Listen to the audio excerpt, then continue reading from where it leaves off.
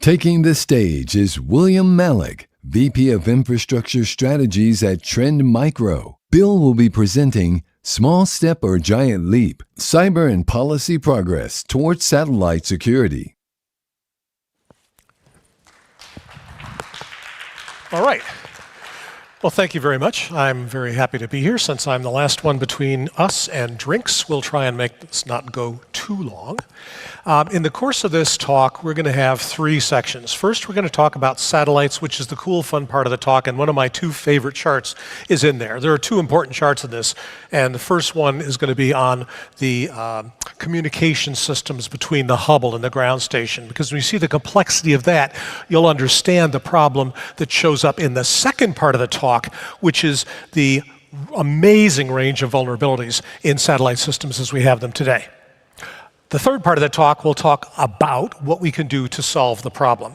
And I'll be happy to take questions at the end. If there's something burning and urgent and you can make yourself seen over these incredibly bright lights, I will do my best to respond to them. So first, a little bit of history of satellites, and I love this part. 1957, Sputnik went up, scared the hell out of the US and a lot of the rest of the world. This satellite was only up for 3 months. It orbited the Earth after about 90 minutes, and it broadcast at 20 megahertz and at 40 megahertz, and it sent out a beep that lasted 0.3 of a second. The beeps were timed to tell whoever was listening the pressure and temperature inside of that satellite, which is about 22 inches across. The antennas were 7.5 feet and 9.5 feet long. You could see it at night. I can remember standing outside when I was just a wee tot with my dad and mom looking up and seeing a Soviet satellite. Kicked off the whole initial pulse towards STEM education. The next thing that went up was Echo 1. This was an interesting satellite because it's basically a balloon. It's an aluminum sphere filled with gas caused by a chunk of material that's slowly gasified inside the thing. We learned from this that there was a thing called the solar wind because it was being pushed around a lot. The idea behind Echo 1 was that we'd bounce radio signals off of it. So it was like a reflector up there, a way for us to transmit EM beyond the horizon. That was the second stab at the sky. Then came Telstar a couple years later.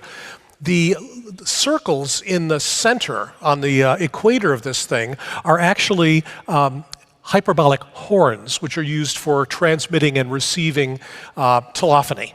So this was actually used to send signals across areas under its footprint. It was fairly high up, so there was actually a phone conversation between the United States and Britain to signal that this was going on. Very interesting and fun satellite. Then came Skylab. Anybody remember John Belushi? Here comes Skylab. It was up there for a few years. From this, we learned about the Van Allen radiation belts, and we learned about what it takes to live in space. We put this up there. People lived up there for months. 84 days was the longest duration of somebody living in space. It looks lopsided because the heat shield had to be stretched sideways. The other solar panel didn't deploy when the thing was up there, but redundant systems and good engineering design meant that it was still habitable and useful for a number of months. Skylab helped us understand what it means to be in space as citizens of space. Then came Voyager 1. This is my favorite of all the things out there, and to be honest, it's not a satellite because it's not orbiting anything. It's just out there. It is now 22 hours away by EM signal. If you want to set up an SSL handshake with Voyager 1, it'll take you a week just to get the information back and forth. And by the way, the device itself has 3 computers with an aggregate processing power of 0.17 MIPS. So we're not talking about a lot of horsepower out there. They recently figured out how to make the battery, which is that thing at the top. It's actually a cylinder with a decaying radioactive element, and the heat drives electrical power. So it should last for another 3 or 4 years. It's been up there since '77, and it's going to make it maybe to 50 years. These are the kinds of orbits that satellites live in around the Earth. The HEO isn't to scale. That's a highly elliptical orbit where it goes way out into space and comes back. The geosync orbit stays in the same place because it's 22,000 miles up. So the rate at which it rotates around the Earth is the same as the rate at which the Earth itself turns. So the satellite appears to be at the same place in space, really useful for durable communication. However, because it is 22,000 miles above the Earth's surface, remember an EM signal goes 198 miles in a millisecond. So there is a significant delay. We are not going to use geosync orbits for anything having to do with 5G or subsequent forms of telephony. For those, you need a satellite that is closer, low Earth orbit, under a couple hundred miles. And even there, you're talking about milliseconds of delay. And when you're in a low orbit, you move really fast, which means the satellite is only available in line of sight for 5 or 6 minutes out of each orbit. So in order to have a communications network that's relatively crisp, you need to have a lot of satellites. That's why we see Starlink and the others putting up hundreds and hundreds of satellites, so there's always somebody to talk to. And the satellites not only talk to the ground, but they talk to each other to hand off signals and so on. It's kind of like when you're on your cell phone and you're driving, except you're standing still and it's the base stations that are driving by. MEO is the medium Earth orbit. That's higher up. It's good for things like Hubble, where you're a couple hundred miles higher than the low Earth orbit, and it's relatively uncluttered. And we'll get into that next. Hubble's actually my favorite. I really like this satellite. It went up and it had a vision problem, so they went up and they fixed it. Very smart satellite. The door on the front is to protect the mirror from being directly hit by sunlight because that would burn out the optics. There are two antennas, two pairs of antennas on it. On the end of the stalks are very powerful directional antennas, and that's how they do the relatively high band stuff. And then there are two smaller antennas. One of them's clipped at the bottom, but you can see that white thing that looks like a Dixie cup.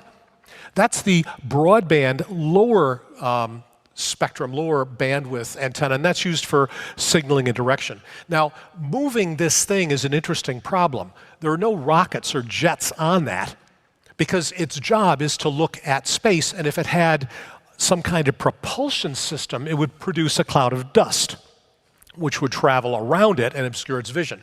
The way they change the direction of this thing is they have reaction engines. How many of you ever played with a gyroscope when you were a kid? You spin a gyroscope and you got it up there and you try turning it and it pushes back? There are 3 gyroscopes in the Hubble. When they want to change its position, they speed them up and then they try to push against them in one way, and the result is it moves the satellite in the other way. Very clever engineering. Thing's been up there a while, it's still working, it's got a couple years left. And this is what it takes to support the Hubble. When the Hubble makes an observation a few hundred miles up, it passes the information off to this tracking and distribution relay. Now, if you know space people, you know how tempting it is for them to refer to that as the TARDIS, and they do. But anyway, that thing takes the data from Hubble and then beams it down to Earth. It's traveling, there are actually a series of those, and they communicate with ground stations. So the Hubble makes an observation, sends it up to the TARDIS sends it down to the ground station, and then it goes to one of 3 sites where it's analyzed. For comparison, the Webb is 1 million miles away. The Webb telescope is 4 times farther from Earth than the Moon. This thing is a couple hundred miles away.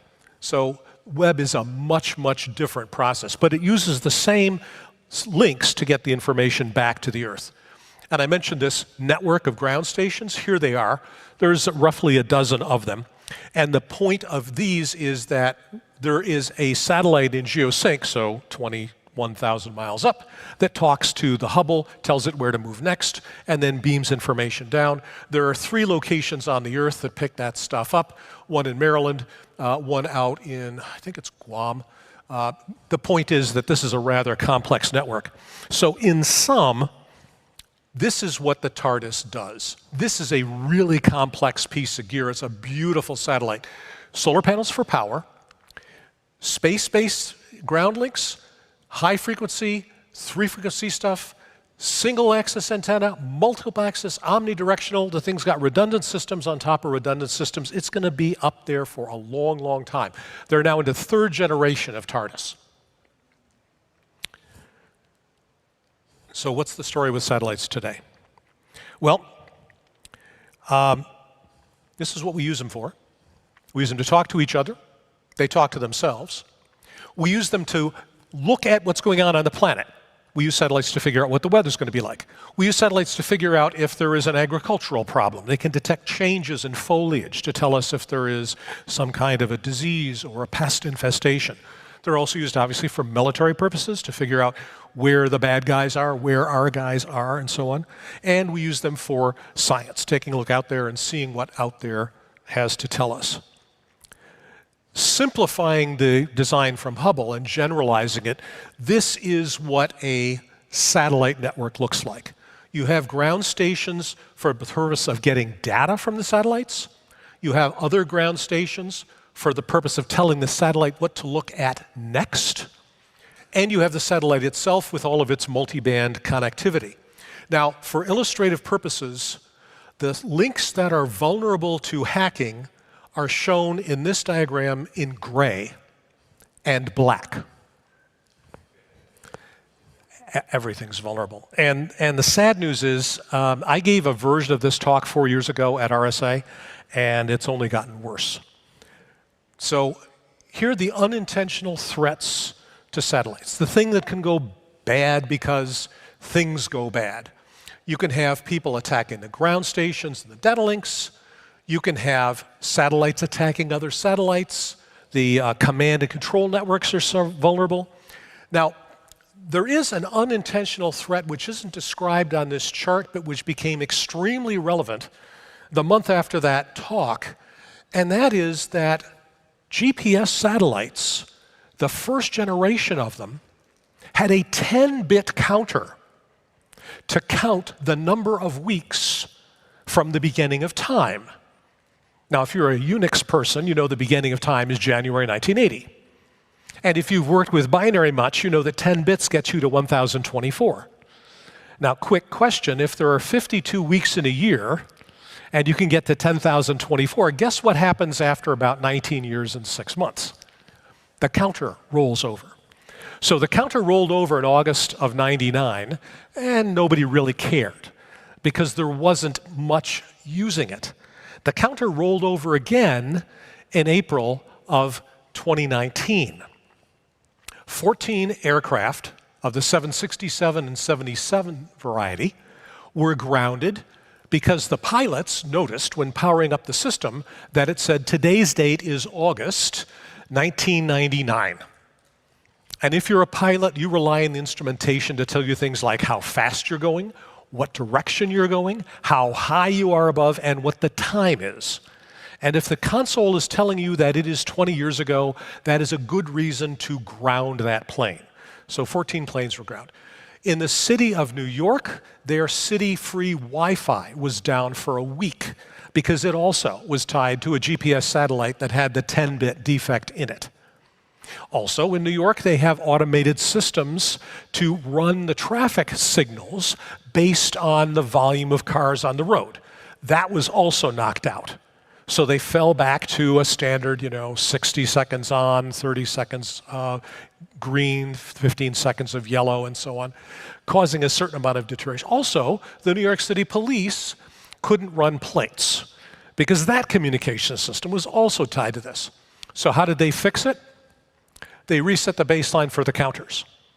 And different satellite operators did it at different times, which means in approximately 16 or so years, we're going to start seeing failures again in some of these older satellites. Nobody knew they would last that long when they put them up, but they're pretty durable. So bad things can happen to satellites on the ground and on space, and bad things can happen when satellites interact with satellites. In 1978, an astrophysicist named Kessler said, gee, there's a lot of stuff up there. This is a picture from 3 years ago. Each one of those dots is a satellite. They're all moving at about 18,000 miles an hour, and some of them get pretty close. There have been some near misses. There have been a couple of collisions, which, as you now know, will generate a tremendous amount of space junk, to the point there are now some bands that are not habitable for satellites. In fact, they had to move the International Space Station up 100 miles because there was junk in its flight path as well. We track that junk. There is actually a site in the notes which tells you what the known pieces of junk are. There's one site that tracks stuff that's 10 centimeters or larger, and that site follows about 20,000 items. There's another one that's classified that tracks stuff that is half a centimeter larger, and that system has about 50,000 items that they're willing to tell us about. So Kessler syndrome is where a satellite hits another satellite, which causes debris, which then hits other satellites. And if you're familiar with nuclear physics, we call that a chain reaction. So we're concerned about Kessler syndrome, and so our solution is to send up thousands more satellites, but make them smaller. Odd. These are the intentional threats. This is when somebody decides they're going to try to take out a satellite. I'm not talking about unintentional things like bad luck or dumb design. I'm talking about somebody actually wanting to knock something out and cause trouble. This is from a report that was issued by NASA about 8 years ago. The kinds of things that can happen to satellites include jamming, which means blocking what's going to or from the satellite to keep it from sending information. Eavesdropping is listening to stuff. Hijacking is taking over the satellite. The first hijack was for satellite TV in the 1990s, where somebody took over a satellite putting pay TV down in the Florida area and put porn on the channel. Not very clever, but it raised the point.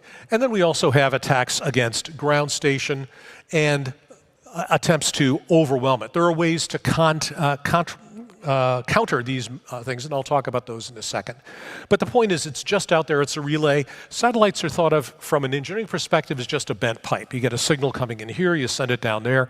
Communication satellites have one job. They don't even interpret the data. They just forward it on. So in terms of control takeovers, my favorite one was in '99 when some hackers contacted the British government and said that they had taken over one of the British government's military satellites. And the British government actually called its satellites Skynet. But the bad guys said, we're going to take over the satellite unless you pay us this ransom. And then a couple of months later, the Times of London reported that, no, that never happened. None of that took place. All references to it were scrubbed from the UK press. You can still find a few if you dig around. A friend of mine, when I was at Gartner in the 90s, was at a conference at the Naval Weapons School, and he met a gentleman from British intelligence, and he asked him if he knew anything about the backstory. What happened to the hackers who tried to blackmail the UK government by hijacking a satellite? And the gentleman from British military intelligence said, they went away. Due process, you know. When it's a military thing, you don't do that. And then in 2000, French intelligence agencies started messing with the GPS satellites, interfering with some US and British war games in Greece. That's just intramural sport. The Russians did the same thing off Ukraine in 2016, and now we have it happening again in Ukraine, and we also have it happening in Israel, where Hamas is now seeing bad data when it comes to trying to aim using GPS. They're sending bad signals. During the aftermath of 9/11, GPS signals globally were shifted. I was in Australia for a conference, and a fellow there who was a seaplane pilot told me that the folks who would fly out to the Great Barrier Reef would end up 50 miles off course because the GPS satellites were being detuned, so they could not be used reliably. More recently, this paper is from a PhD researcher. It was presented in part at Black Hat earlier this year. He identified vulnerabilities in existing satellites. He found easy ways to take over OPSAT, to take over ES code, and the Spark-based systems. The point is these systems are designed to be cheap and inexpensive and easy, and they don't have spare bandwidth for things like generating secure messages, validating codes, checking passwords, none of that stuff. There's no PKI mechanism in this. These are built for speed, and they're lightweight, and they're very simple, and they do not have spare bandwidth, they do not have spare memory, and they do not have spare CPU processing power. So they're very, very fragile. The paper is called Space Odyssey, an experimental software security analysis satellites, IEEE Symposium on Security, and the reference and URL are in the references at the end. So what do we do about it? Well, some advice. There are threat-specific things. You can put anti-jamming capabilities in place. This is spectrum hopping, the same thing that Heidi Lamar developed in order to protect communications with torpedoes by the US Navy in World War II. You hop frequencies, you can't jam, right? Hardening against shielding, requiring authentication from GPS signals. You get a signal that says this is the date and the time. Say, well, how do I know you are who you say you are? How do I know you're not a phony satellite? Well, there's a mechanisms in place. You can put an embedded security processor. In fact, the current generation of IoT chips from Intel, from ARM, from many others actually have a segmented secure processing capability for the sole purpose of being able to handle things like patches, encryption, digital signatures, supporting authentication, and so on. Finally, we have strategic measures, systemic things. We want to deploy orchestrated security. We want real-time anomaly detection, and the way you do that is you gather intel from these using that secure processor. The messages aren't big. We're not talking about logging all the traffic. We're just talking about logging anomalous requests, broken packets, and the second one, this is one of the great things. I had a conversation on Mastodon just a few days ago with a gentleman about ISO 7498. We all know ISO 7498, right? That's the OSI reference model. What you probably don't know is that 7498-2 applies 5 fundamental security principles to the OSI reference model, and they are authentication. That is, how do you prove you are who you say you are? Authorization, meaning now we know who you are, what can you do? Encryption, meaning keeping the data safe. Keeping the data from being altered. It's not encrypted, but it's got some sort of a detection code on it. And finally, non-repudiation, which is more of a legal concept than a cybersecurity one, says that if I send you a message, form 1, I can't deny having sent it, or if I send you a message, form 2, you can't deny having received it. Well, these are the kinds of things that we can put out there in general. We want to make sure that there's better logging that can be done on the ground side, and we want to make sure that we have a cybersecurity framework that will help us do this. And guess what? There is one. NIST just published this a couple of months ago.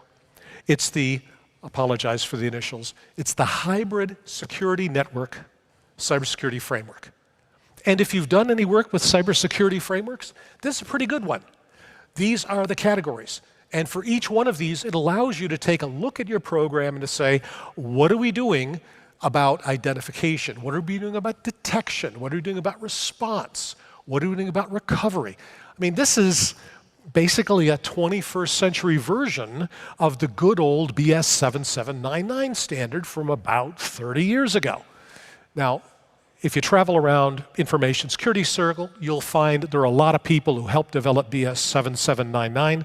In reality, the number of people who came up with it would fit in a phone booth. In fact, they had a big argument about whether or not recovery, disaster recovery, should even be in the security standard. Some of them said this is the last chance saloon. If you've already required to go to that, then your security measures have failed. So we said, no, we should probably tell people to do something about recovery and continuity of operations. Fortunately, those cooler heads won out. Use this, again, there's a link to it. It's NIST. Off the top of my head, I don't have the number on here, but the point is this will help you validate, and please doing it during the design phase, Validate the security capabilities and integrity of your program. Now, at Black Hat recently, there were a couple of presentations. There was one that talked about how easy it is to hack stuff in low Earth orbit. And just a few months ago, the US Air Force hosted a hackathon for satellites.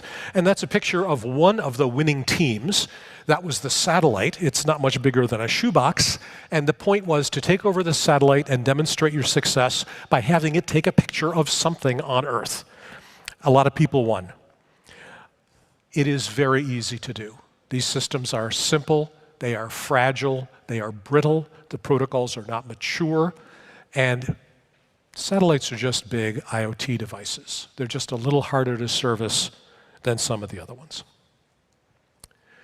So in the long term, look at satellites as just another communication link. Use comprehensive security, multiple layers across your environment. Embed security and privacy design. The previous speaker had a wonderful set of charts at the very beginning that talked about the value of security by design, that talked about how you can protect yourself against this during the design phase. As with quality, as with safety, you can't put it in after the birds of flight, okay? You got to do it in from the beginning. Look at software architecture as a potential set of problems. Not because people are malicious, but because this stuff is hard. It's helpful to have a lot of people looking at it, people from different backgrounds, people with different perspectives. When I was a cub programmer at IBM in the early 80s, I went to my first code walkthrough. I worked on storage management for the mainframe OS. And there were 8 people around the table. And I did a quick calculation, and I realized I was looking at about 120 years of expertise in coding for that environment. And the appropriate attitude is humility. You can learn a lot if you check your ego at the door. And that's got to be the way this stuff is done. If you rely on a brilliant individual to come up with a great design, it'll be impenetrable, it'll be unfixable, it'll be undocumented, and it'll be useless, especially when it's 22 hours away by EM signal. You want to have lots and lots of people nod their heads and say, yep, that'll work. Run capture the flags. Make sure you pay attention to standards and regulations. I was the person who raised my hand and said, yeah, we need more regulation, right? If automobile safety were left up to the manufacturers and were made a recommendation, we'd have seatbelts on the Abrams tank and on U.S. Postal Service vehicles, and we'd have 60,000 more deaths on the road a year in the U.S. Regulations got us there. So, the costs are plummeting. Moore's Law is still working for satellites. Even antennas are getting cheaper. What that means is the bad guys can develop kit to take over a satellite for less than $750. And that's even in a world that doesn't have Radio Shack anymore. I mean, it's real easy to do this. The attack surface is widening. We're putting more sophisticated stuff up there. And here's a message that's not on the chart because I've been told not to say this too much. There is no IT-OT convergence. They are diverging. Every year we're getting more and more bizarre and different forms of computerization for signaling and actuating in more and more bizarre and absurd places. If you are waiting for convergence to solve your IT-OT security problem, you are waiting for a train that is never going to come. Think about how you're going to bring stuff in there. Whatever convergence is happening at the systems management layers, where we're seeing convergence of the requirements for performance, for problem determination, for capacity planning, for security, for authentication, for authorization, for data integrity, for confidentiality, and for non-repudiation. That's where the convergence is taking place. Not because everybody's going to run an ARM or an Intel processor or a Motorola processor with one instruction set. It's getting more diverse. Be aware of what you're going to be using your satellites for. Think about what the vulnerabilities are, and when you do the risk assessment, bring in somebody from outside, because sometimes the stuff you think is valuable ain't really, and sometimes the stuff you think is cheap or not worthy of attack turns out to be hugely valuable. I consulted with a private sports organization that keeps records of folks who play this game. I won't tell you which game, but it involves a ball. And the people who play this game give over their personal information for this organization to track their score. I'm not going to say handicap, that would tip it off. To track their score, right? And because people give it to them voluntarily, they didn't really pay much attention to the value of that database. But think about all the people who play a game involving a ball, and think about what occupations those people have. They are presidents. They are premiers, they are senators, they are CEOs, and their data, up until a few years ago, was in a database that was not encrypted or protected. And because this organization got it for free, they didn't think it was that important. If satellites have a role in 5G, it'll be for backhaul and for fringe. I promised in the description of this session that I would mention blockchain. Blockchain has no value in solving the security problem for satellites or anything else. The commercial instantiations of blockchain, and I spoke with a fellow at Verizon who is responsible for the product, they're wide open and subject to a 51% attack. What does that mean? That means if we're all on a blockchain for our corporation, all I need to do is to get 10 more people to come on board and they can take over the function. So how does the vendor solve the problem? They make it a permissioned blockchain, which means only a preordained set of people can modify the contents of the blockchain. Well, now let's stop and think of it. If I've got a preordained set of people that can modify the contents of a blockchain, and a blockchain is a ledger, can't I do that with an Excel spreadsheet on Google Docs? Yes, without burning down the forests of Sweden to power it. Blockchain has no commercial value in any security instance that I have ever seen. We do require greater regulation. Let us just hope that it is smart. I promised a set of references. I will be happy to give you a copy of the material, and we also have it posted up. And thank you very much for your time and attention. I'll take any questions.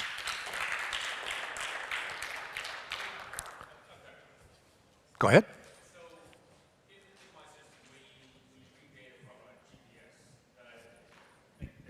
So in my control system, we read data from a GPS, right? And eventually that's going to come from some kind of satellite.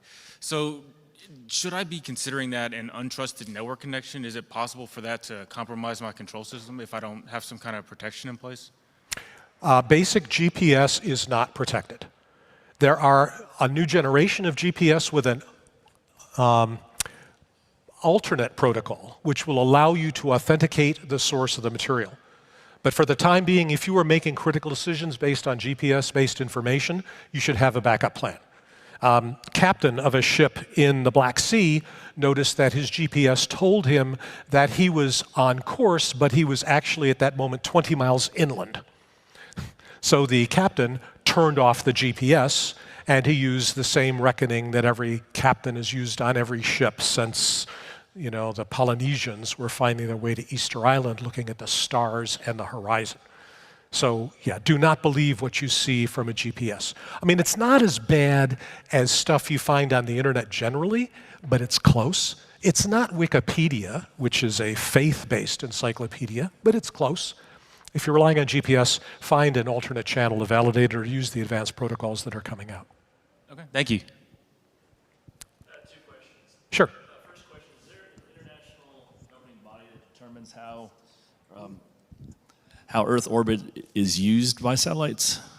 There are a number of organizations that parcel out orbits, and they try to coordinate as best they can, but right now geopolitical forces are making it so that they don't really play nice together all the time.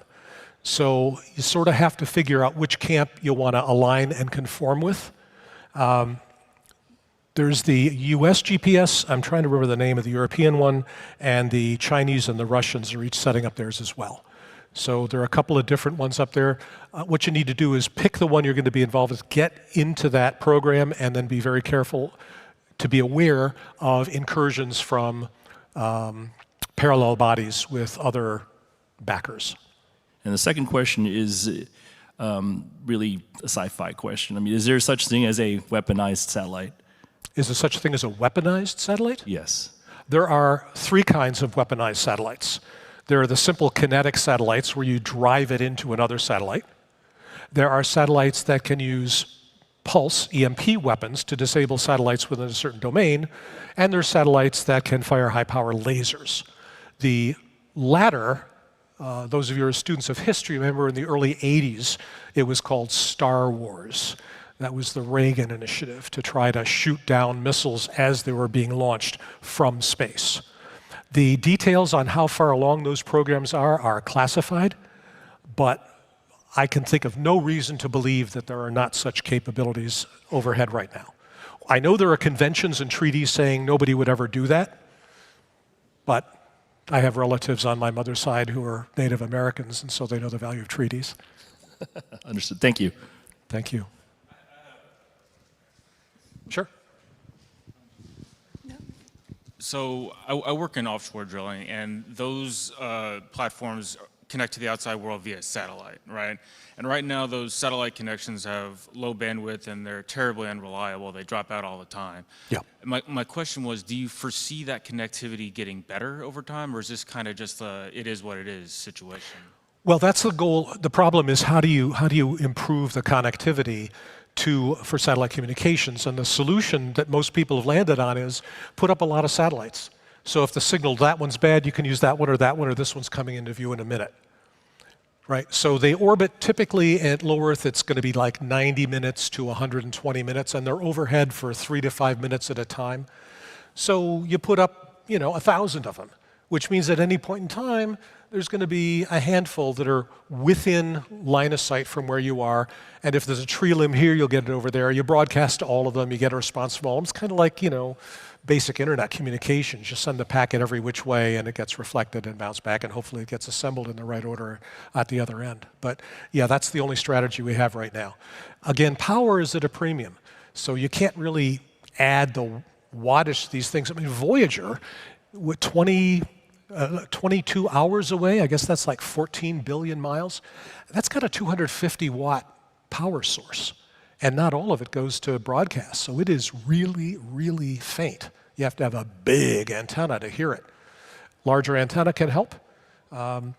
Dish found that out when they went from a 12-inch to a 16-inch antenna, that the reception went up rather significantly. So thank you for the questions. Thank you. Anything else? Yes? Oh, cleaning the debris. Very, very interesting topic. Thank you for bringing it up. There are a couple of programs. There is actually a satellite program that NASA's working on to send up satellites which can do a couple of things. One program is to have the satellite attach itself to dormant satellites and then steer them into the atmosphere. A second one is to put up a satellite that will spread out, think of it as a net, and it'll try and scoop up debris over some path, and then it'll send that into the atmosphere where this stuff burns up just like meteorites do. So yeah, there are programs to try to clean it up, but you put that into the valiant efforts like trying to clean the ocean up. It's like, too bad we didn't think about this 30 years ago, right? But yeah, it's an initiative, and it is getting some traction, especially for bigger, heavier satellites that would cause a lot of debris if they got hit by something. Yeah. I think I have a reference to that too. Anything else? It's Miller time. Thanks.